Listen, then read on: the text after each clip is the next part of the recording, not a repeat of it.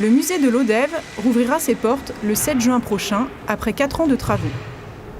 Les œuvres des collections permanentes sont en pleine installation, dont celle du sculpteur Paul Dardet. Ici, on a une œuvre qui se trouve encore dans sa caisse, qui est une sculpture qui s'appelle L'enfant au lapin. C'est un très beau marbre de Dardet qui date de 1923. Le commanditaire avait avancé 10 000 francs pour la réalisation de cette œuvre. Et Dardet, qui a trouvé l'œuvre finale très intéressante, a décidé finalement de la garder pour lui, a remboursé les 10 000 francs au commanditaire, puisqu'il avait le projet de reproduire cette œuvre en terre cuite pour pouvoir la vendre. Alors c'est un projet qui n'a pas pu mener à bien, mais en tous les cas, cet enfant au lapin est resté dans son atelier jusqu'en 1925. Et donc elle se trouve aujourd'hui dans la deuxième salle du parcours Dardet, dans la salle qui est consacrée aux techniques utilisées par l'artiste et qui évoque donc le travail du marbre et le travail surtout qu'on appelle en taille directe. Les collections Dardet du musée de Lodève sont composées de ce qu'on appelle un fonds d'atelier.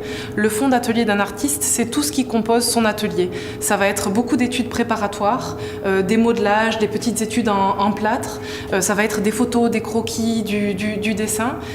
Et finalement, assez peu d'œuvres abouties, puisque les œuvres abouties sont en général vendues.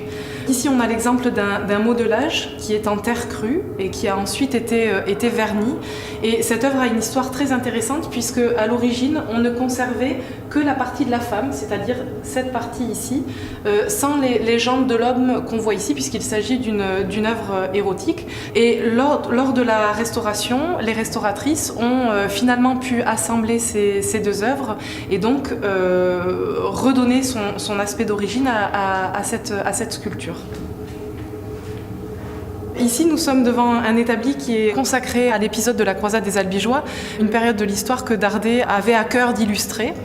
Et c'est une thématique qu'il a traitée plutôt vers la fin de sa vie, lorsqu'il était dans son dernier atelier à Saint-Maurice-Navacelles, qui se trouve donc sur le territoire.